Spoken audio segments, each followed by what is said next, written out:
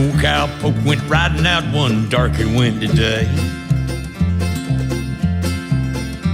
Upon a ridge he rested as he went along his way, when all at once a mighty herd of red-eyed cows he saw plowing through a ragged sky and up a cloudy draw.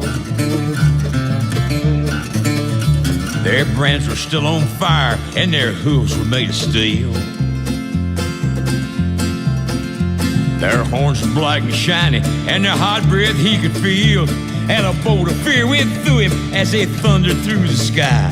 He saw the riders coming hard and he heard their mournful cry.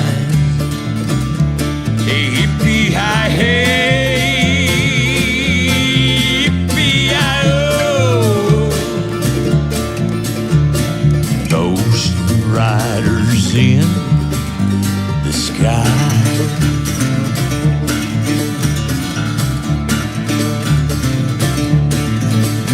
Their faces gaunt, their eyes were blurred, their shirts all soaked with sweat.